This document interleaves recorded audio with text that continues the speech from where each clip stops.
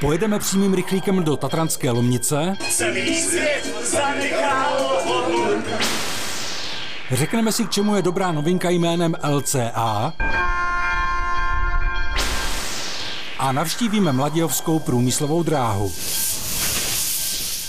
Ahoj, vítám vás u dalšího dílu Pozor vlak. A začínáme před naším televizním studiem tady v Praze na Zahradním městě. Hele, mně se do ruky dostala nedávno taková příručka o fobiích a to bys nevěřila, že plno lidí nemůže cestovat vůbec vlakem. Třeba taková klaustrofobie. No tak to můžou být ale obavy z uzavřeného prostoru. To je známý výraz, samozřejmě pak je akustikofobie třeba.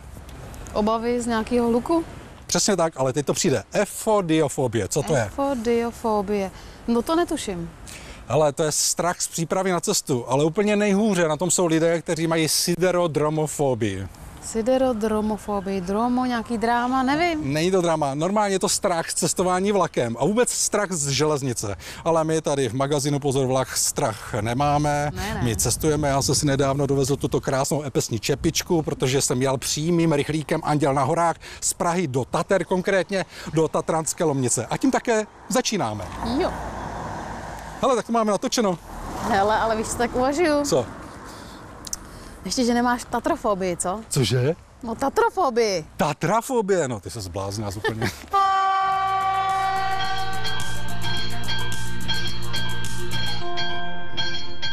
If you came to party.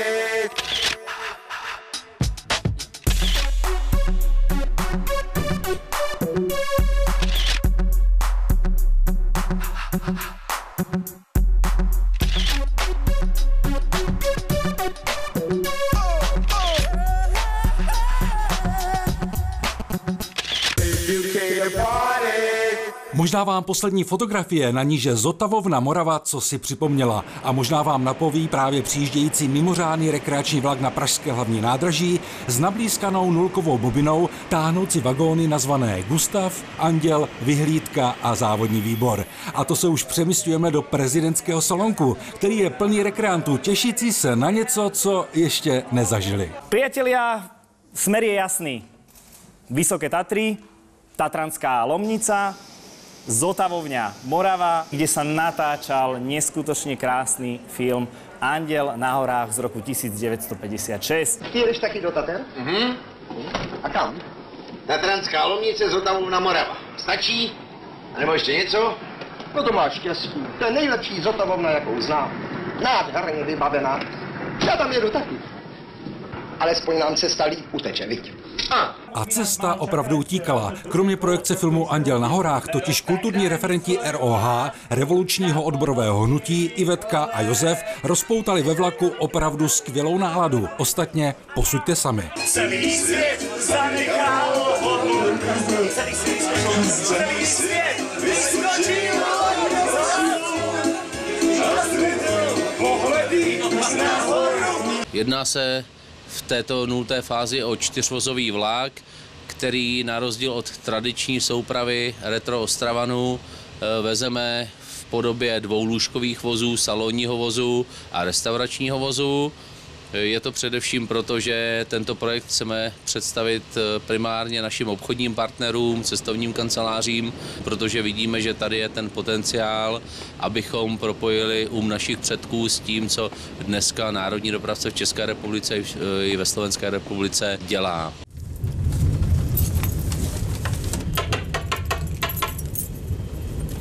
Tak, páni, dobré ráno a vítajte na Slovensku. Vaše snídanie, nech sa páči. Máme hodinu do Tatranské Lomnice a v Tatranské Lomnici je aktuálně minus 6 stupňov. Nejdříve ale zastavujeme v Popradu, kde bobinu nahrazuje pilštyk a na postrku pomáhal brejlovec, abychom zvládli stoupání do Tatranské Lomnice, což je naše cílová stanice. Áno, dobré ráno, prajeme, vystupujeme, prosíme všetkých účastníkov rekreácie, aby vystúpili v Tatranskej Lomnici. Tatranská Lomnica víta účastníkov rekreácie po stopách filmu Anděl na horách. Následuje přesun do Zotavovny Morava. Ano, je to přesně ona Zotavovna, která si zahrála ve filmu Anděl na horách, a stejně jako před více než 60 lety nás zaměstnanci Zotavovny vítají a začíná pobyt snů, který zde organizují od roku 2007. Přátelé, stejně jako ve filmu Anděl na horách jsme ubytováni v Zotavovně Morava. Podívejme se, jak je to tu aktuálně vybaveno, velmi jednoduše, postele a tady navíc oproti té filmové předloze televize. To tady Gustav Anděl samozřejmě neměl. Aby také ano, když se podle pamětníků interiéry Zotavovny Morava točili v sousedním hotelu Grand Praha. Princíp a heslo celej tej rekreácii bolo: poďme sa organizovane spoločne baviť, či už v rámci celodenných výletov, poldenných výletov. Skrátka, jednoducho s tými ľuďmi blbneme od rána od 7, kedy ich začíname budiť, až do nočných, niekedy až ranných hodín, keď odchádzame z tanečného večierku.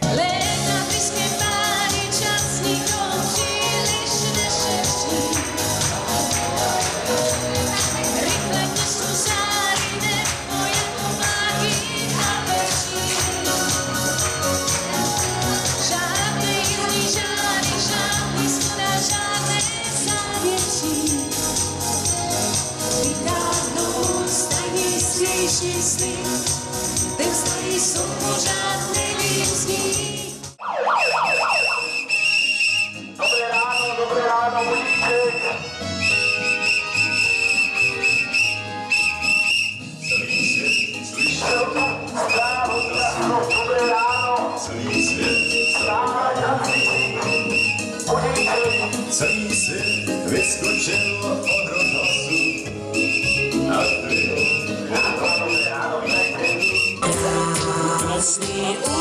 A pozor, ideme rozťahovať nohy. Takže nohu pred seba, ja idem radšej dole. Takto. A presne. Pozor, stojíme na jednej. A vymeníme nožičku.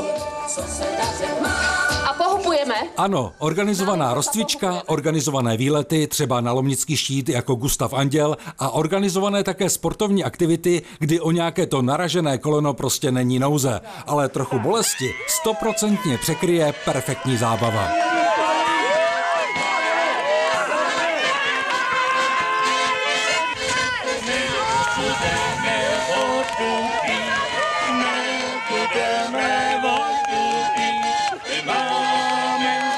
Dobré vínko,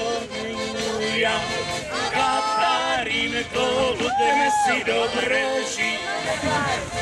Máme dobré vínko moja, Katarínko, budeme si dobře žít.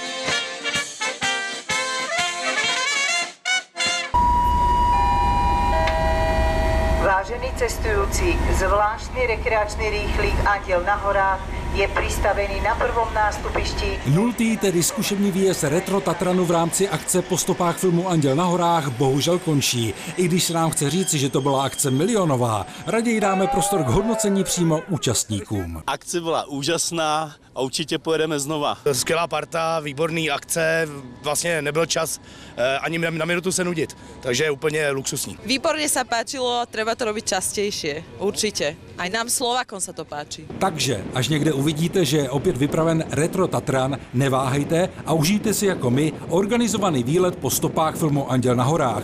Budete z Tater nadšeni, uvidíte mnoho zajímavého a hlavně si užijete moře zábavy.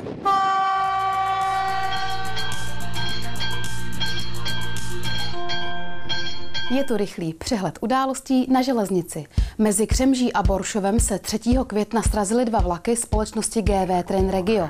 Zraněno bylo 14 lidí, z toho 3 středně těžce. Škody na vozidlech byly zatím vyčísleny na 6 milionů korun. V tuto chvíli víme, že bezprostřední příčinou té mimořádné události bylo projetí návěstidla zakazujícího jízdu. Drážní inspekce také prověřuje, proč vlaky nezastavily, když zabezpečovací zařízení automaticky vyslalo generální stop. To šetření bude trvat několik měsíců.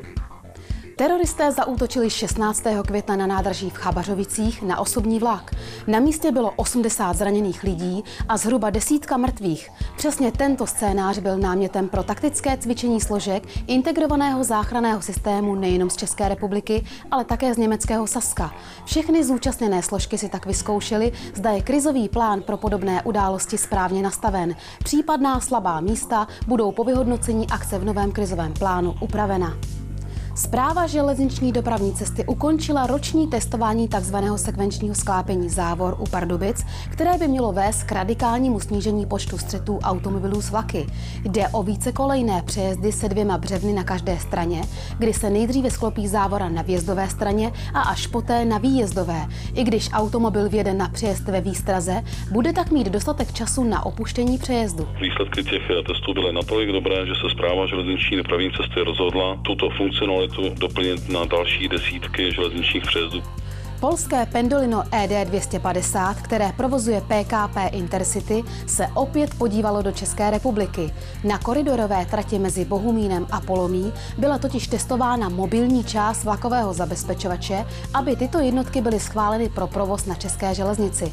Otázkou ale je, zda k nám tyto jednotky budou vůbec zajíždět, i když polský server Rynek Kolejovi loni tvrdil, že polské Pendolino bude jezdit do Prahy, společnost PKP Intercity pro český servis Dopravy.cz podobné plány popřela. A teď si prozradíme, kdo z vás vyhrává triko magazínu Pozor vlak.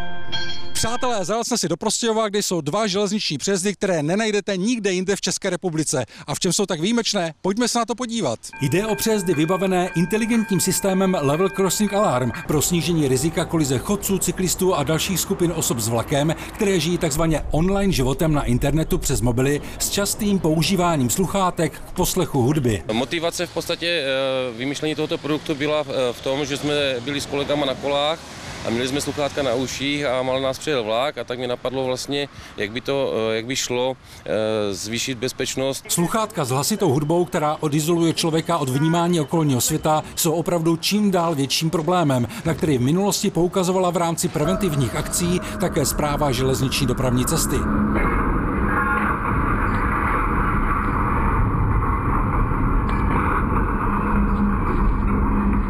V tomto případě je naprosto viditelný, že došlo ke zranění neslučitelný se životem. Nepřijde vám simulace toho, jak může dopadnout člověk pohybující se kolem železnice se sluchátky na uších dostatečně varující? Dobrá, tak toto je reálný záběr. Žena se sluchátky na uších bohužel nepřežila. A to jsou ony důvody, proč vznikl projekt Level Crossing Alarm, zkráceně LCA, kdy stačí stáhnout aplikaci do mobilu a běží na mobilním zařízení, na mobilním telefonu na pozadí a tato aplikace se stará o vyhledávání železničních přejezdů vybavených tímto systémem, tímto zařízením ve svém okolí.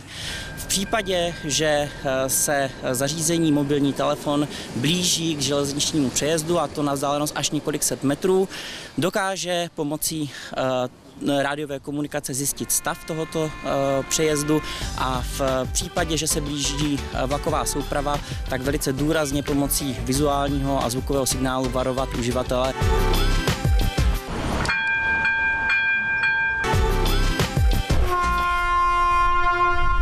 Přestože víme a cítíme, že nejlepším způsobem zabezpečení je doplňování světelných výstražných zabezpečovacích zařízení závorami, tak se nebráníme jako firma AŽD podpoře dalších možností, které by zvýšily bezpečnost v případech, kdy přejezdy jsou vybaveny pouze světelným výstražným zařízením a dochází na těchto přejezdech k nebezpečným situacím. První reakce jsou takové, že hlavně je potřeba si uvědomit to, že to není zařízení, které by nějakým způsobem nahrazovalo nebo mohlo do budoucna nahrazovat primární funkci přejezdového zařízení a primární teda signalizaci, to znamená výstrahu červených světel. Všechno toto jsou, včetně závorových břeven, včetně těchto věcí, jsou pouze výstrahy doplňkové. To znamená, nezbavuje to povinnost sledovat základní výstražné zařízení. Systém LCA teď bude zhruba 3 měsíce testován na 2 přejezdech Prostějově, vybavených relovým přejezdovým zabezpečovacím zařízením a později i na jednom elektronickém na trati Číškovice-Obrnice. Poté bude celý projekt vyhodnocen a rozhodnuto, zda má něco podobného na železnici smysl.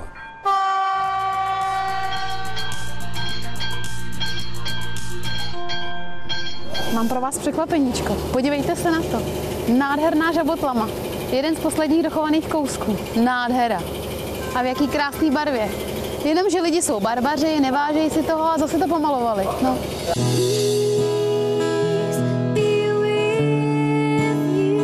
Nacházíme se na Rostockém nádraží před budovou postavenou v roce 1911, které předcházela starší stavba, která je spojená s výstavbou severní státní dráhy a první vlak tudy projel v roce 1851.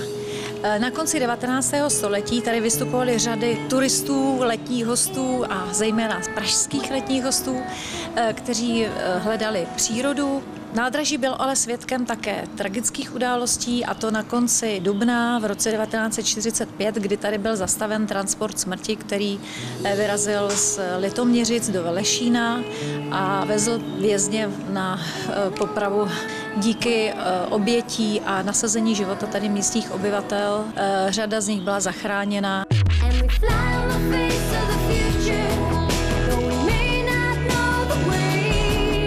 Nacházíme se v Rostockém zámku a v Rostockém parku. Jak vidíte, po mý pravici je támhle nádraží. To už jsme viděli, je krásný. No a podíváme se tady na to krásné dělo. Ty, paráda. Přímo na zámku tak se nachází několik stálých expozic. Jednak je to expozice, která nás uvádí do doby Lichtensteinu, kdy na zámku byla správa okolního dominia.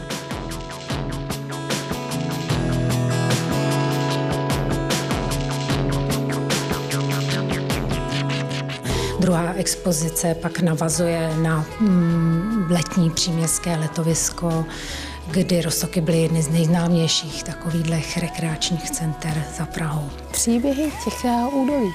Co pak nám asi skrývají? Pojďte se podívat. Až do října tohoto roku výstava mapuje na osudu několika rodin životní pout zakladatelů letoviska Roztoky s podtitulem Osudy spečetěné hákovým křížem, srpem a kladivem. Nacházíme se v tom Tichém údolí, jak jsme už zmiňovali. Je to tady moc krásný, takže kdo má rád přírodu, ticho, klid, romantiku, pak je naprosto jasný, kam se musíte jít podívat. Třetí expozice se pak nachází v areálu Braunerova mlýna, je to expozice ateliér Zdenky Braunerové. Což je jedna z prvních českých žen, která se profesionálně zabývala výtvarným uměním. V jejím případě jde o malířku, grafičku a knižní výtvarnici, žijící v letech 1858 až 1934. Pro zajímavost, kariéru zahájila v Paříži.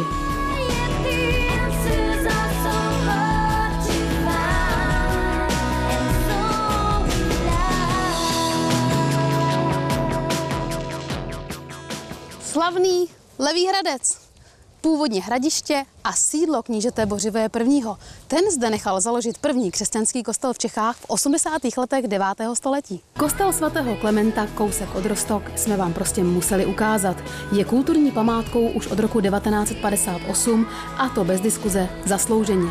Ještě pohled do údolí Vltavy, ten výhled a výšlap za to stál. A s reportážním štábem se musíme na závěr občerstvit. Nacházíme se v Uněticích, v místním pivovaru. A já tady před sebou mám lahodný mok. A jak říká náš Jura, oni stále pijí. Ano, pijeme, takže Juro, na tebe a na vás, železniční rodinu. A já se jdu konečně napít zaslouženého piva.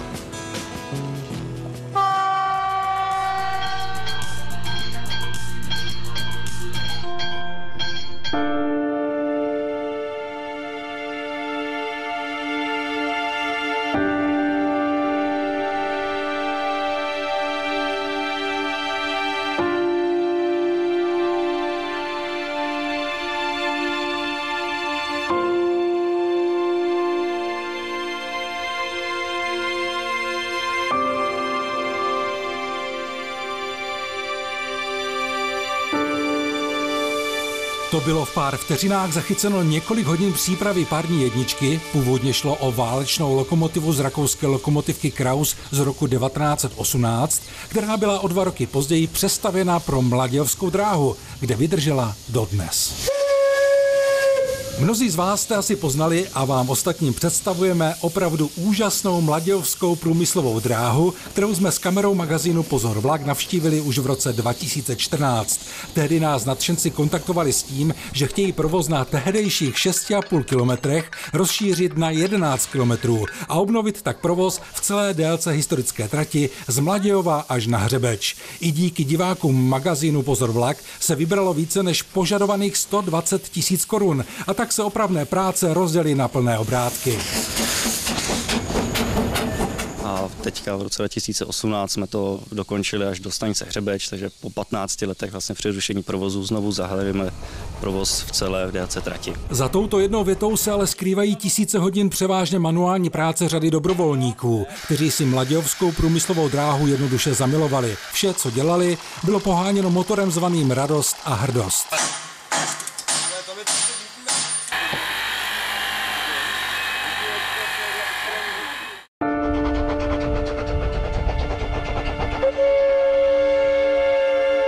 První 3 kilometry z Mladějova jsou stoupání, pak je zastávka Vexel, kde probíhá mazání lokomotivy, pak se pokračuje další 3 kilometry do stanice Nová Ves, kde je 20 minut pauza, tam se provádí u bývalého portálu dolu Hugo Kadel. Část lidí se pak vrátí s vlakem zpátky do Mladějova a část může pokračovat právě do té stanice Hřebeč doly, kde se zase taky provádí tam tím areálem, vlastně celým tím hřebečským komplexem.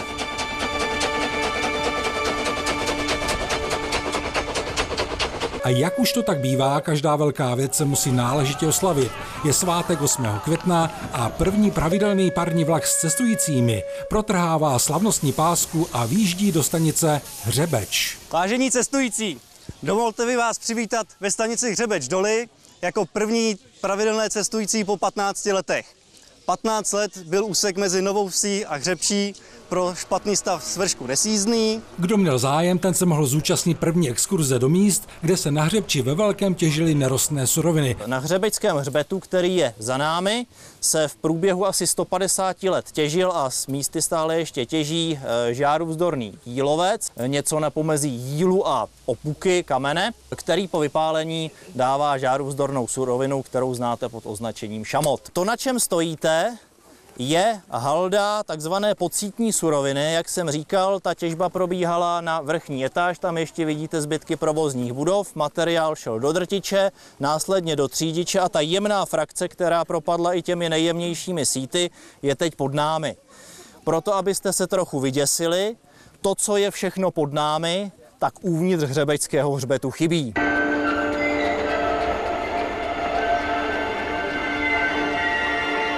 Nezbývá nic jiného, než před lidmi kolem Mladějovské průmyslové dráhy smeknout klobouk. Nebýt jich, asi by tato kouzelná část České republiky byla jen ve vzpomínkách dříve narozených. Pokud se také vydáte do Mladějova na Moravě, pak se připravte, že kromě železničních kousků můžete v rámci Průmyslového muzea Mladějov, které je součástí areálu, obdivovat také silniční, zemědělskou a stavební techniku. Zájem je veliký, každé léto vlastně jezdíme přes prázdniny každou sobotu, mimo prázdniny každou druhou sobotu. Ty vlaky jsou povětšinou vyprodané, záleží to taky na počasí. Už se nám občas stalo, že ty vlaky byly opravdu vyprodané do posledního místa, museli jsme vypravovat ještě další zvláštní vlak mimo jízdní řád.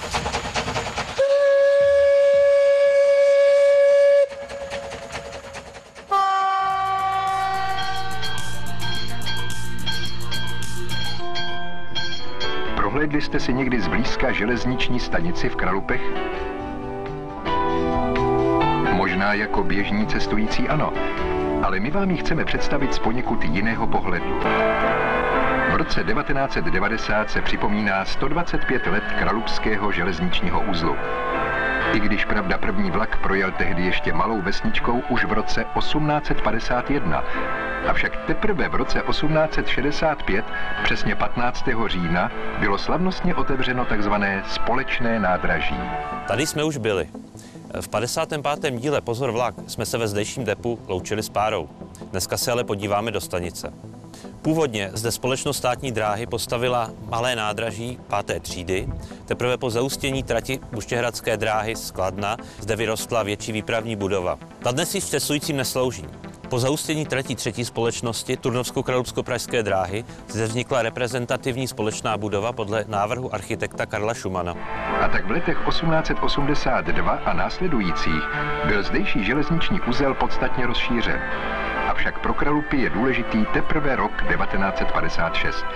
Tehdy začala vznikat podoba dnešního města, průmyslu a železnice. Schumanova výpravní budova byla těžce poškozena náletem na Kralupy v květnu 1945.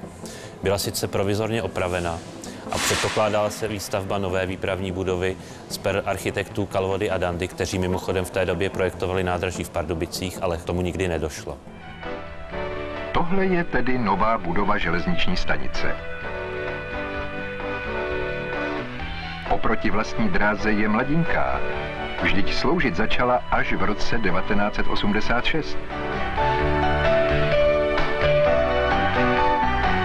Přízemí budovy slouží k běžnému odbavení cestujících. Proto zde najdeme nezbytné informace a panely s jízdními řády. Cestujícím jsou určeny osobní a místenkové pokladny. Podej zavazadel je v jejich těsném sousedství.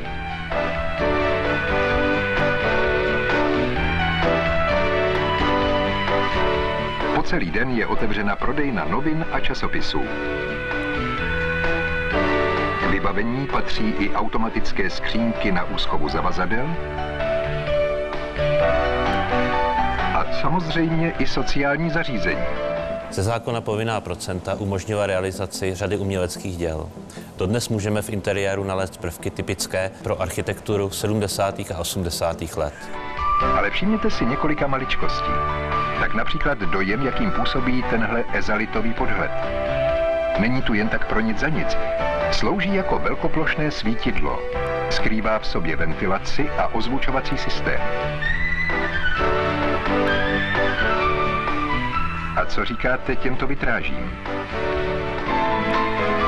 Cestujícím slouží též galerie odbavovací haly. Najdou zde vkusně zařízené čekárny i klidná zákoutí k odpočinku. Samoobsluha určená k rychlému občerstvení a restaurace druhé cenové skupiny jistě uspokojí i velmi rozmanité choutky a přání návštěvníků. Podívejme se však tam, kam se ani pozorný návštěvník jen tak nedostane.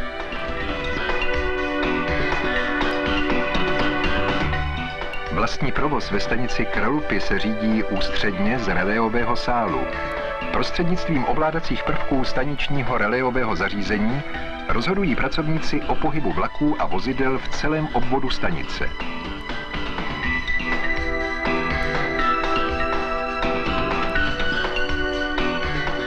Moderní technika má dnes rozhodující slovo. Není divu, že se ve stanici Kralupy setkáváme také s výpočetní technikou.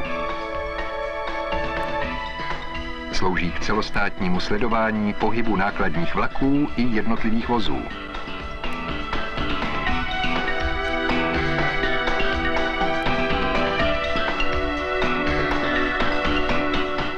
Počítač tu ostatně objevíme i v docela prozaické pokladně. Ano, tady se prodávají místenky prostřednictvím systému ARES. Automatický rezervační systém ARES, který uměl ovšem vydávat pouze místenky, byl dovezen československými státními dráhami z Německé demokratické republiky a zprovozněn od roku 1987. Dnes je nahrazen systémem Unipok, univerzální pokladna. K provozu patří i pracovníci, které můžete běžně spatřit v kolejišti či na peronech. Nuže, pojďme se podívat k nim. Tohle je kancelář peronních výpravčích.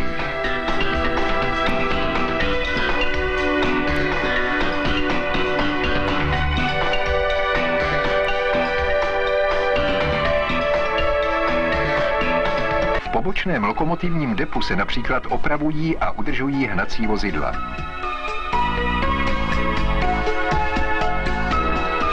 Na skladní a osobní vozy se opravují a udržují ve vozovém depu.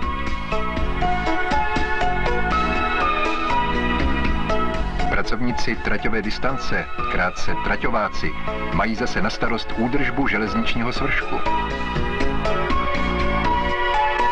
Sdělovací a zabezpečovací distance se stará o veškerou výstavbu a údržbu zabezpečovací, sdělovací, informační a radiokomunikační techniky. Koncem roku 1992 bylo aktivováno relové zabezpečovací zařízení AŽD 71 zde v Kralupech. Záběry, které vidíte ve filmu, pravděpodobně z Kralup nepocházejí.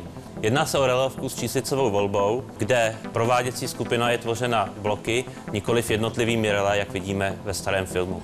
Zaměstnanci elektroúseku opravují a udržují všechna silnoproudá zařízení. Sbor ozbrojené ochrany železnic chrání plynulost a bezpečnost provozu, objekty, zařízení a veřejný pořádek. A jejich práce si tam váží. Přímo ve stanici je zajištěno kvalitní stravování. Při práci v noci a o sobotách a nedělích je dokonce bezplatné. Všem pracovníkům stanice slouží vlastní zdravotní středisko. Zaměstnaným ženám pomáhá stanice umístit děti v jeslích a školkách. Všichni zaměstnanci mohou ve svém volnu využít služeb krytého plaveckého bazénu. Ti, kteří nemají byt nebo musí dojíždět, jsou ubytováni v této ubytovně hotelového typu. Režijní jízdenky a volné jízdenky do zahraničí jsou už na železnici samozřejmostí. Pokud náš pohled nebyl nezajímavý ani pro vás, anebo snad nevěříte, přijeďte se podívat sami. V Kralupech nejsme naposledy. Je zde přece největší dopravní knihovna ve střední Evropě. Příště se ale podíváme na železniční zpravodaje z 60. let.